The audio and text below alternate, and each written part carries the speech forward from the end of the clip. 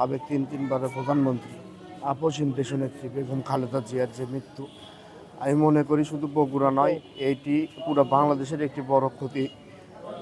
তিনি এই বাংলাদেশের জন্য, বাংলাদেশের মানুষের জন্য আপামর সারা জীবন তিনি এই বাংলাদেশের মানুষের জন্য কষ্ট করে গিয়েছেন। বাংলাদেশের মানুষের অধিকার আদায়ের জন্য তিনি সবসময় কথা বলেছেন। বাংলাদেশের যত রকম বিপদ হয়েছে, এই জিয়া পরিবারের দেশনেত্রী বেগম খালেদা জিয়ার হাত দিয়ে বাংলাদেশ সেই বিপদ থেকে উদ্ধার হয়েছে। আজকে তার মৃত্যুতে যে ক্ষতি হয়েছে বাংলাদেশের, সেই ক্ষতি কখনো পুরাবার নয়। তিনি বাংলাদেশের মানুষের জন্য, নারী সমাজের জন্য তার ভূমিকা, তার তার তার সামনে এগিয়ে নিয়ে যাওয়ার জন্য সর্বদা চেষ্টা করেছে। আমি আপনাদের মাধ্যমে আমি প্রিয় নেত্রী, আমাদের প্রিয় মা দেশনেত্রী বেগম খালেদা জিয়ার জন্য আমরা আত্মার মাগফিরাত কামনা করি এবং জান্নাতুল ফেরদৌস যেন উনি নসিব করতে পারেন, সেই জন্য পুরো দেশবাসীর কাছে আমরা দোয়া চাই।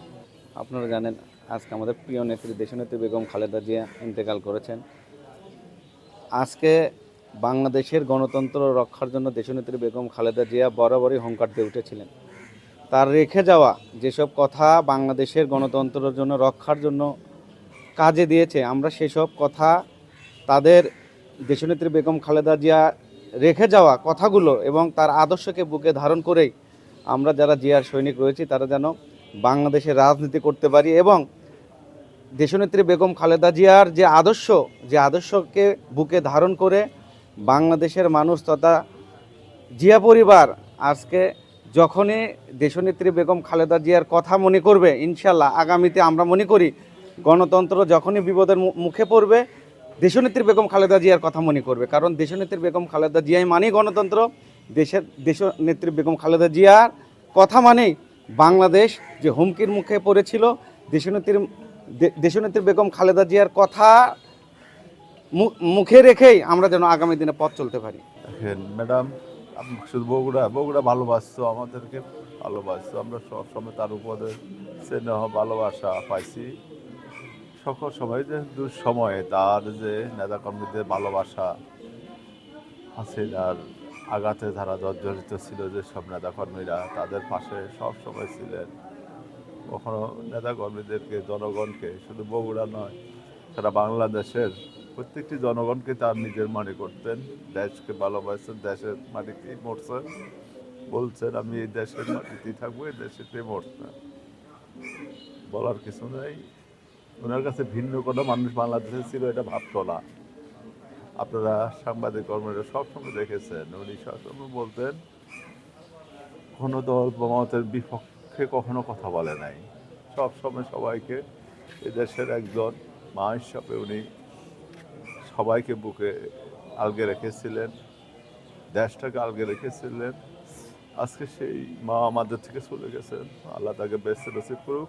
বাংলাদেশ জাতীয়তাবাদী ওলামা দল বগুড়া শহর থেকে বলছি। আসলে উনি দেশনেত্রী বেগম খালেদা জিয়া এবং তিনবারের প্রধানমন্ত্রী, আপসহীন নেত্রী, গণতন্ত্রের মাতা। উনি সবসময় ইসলামের পক্ষে ছিলেন, আলেম ওলামাদের পক্ষে ছিলেন।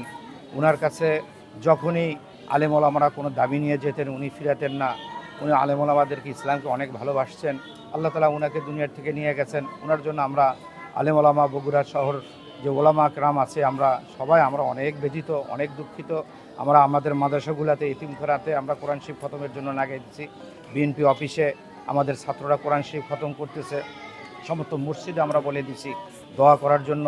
আসলে ওনার এই ক্ষতি পূরণ আর হবে না। উনি যেই 18 কোটি মানুষের যে নেত্রী ছিলেন, সারা বাংলাদেশের নেত্রী ছিলেন, ওনার এই ক্ষতি আমরা মনে হয় আগামীতে পাবো কি না, এর মহান আল্লাহ রব্বুল আলামিনই জানে যে পূরণ হবে কি না।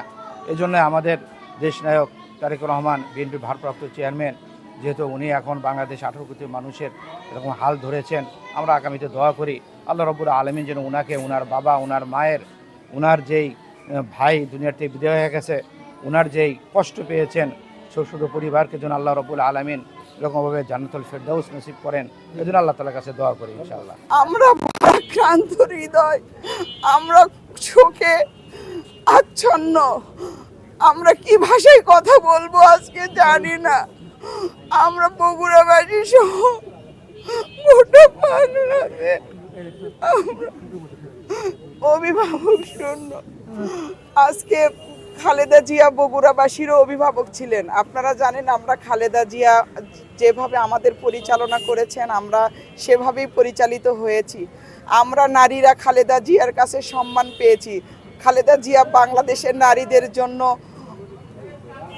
একজন অবিস্মরণীয় কীর্তিমান নারী, যিনি বাংলাদেশের নারীদের অধিকার দিয়েছেন, মর্যাদা দিয়েছেন। বাংলাদেশের নারীদেরকে উনি সমমর্যাদায় প্রতিষ্ঠিত করেছেন। আজকে নারী সমাজ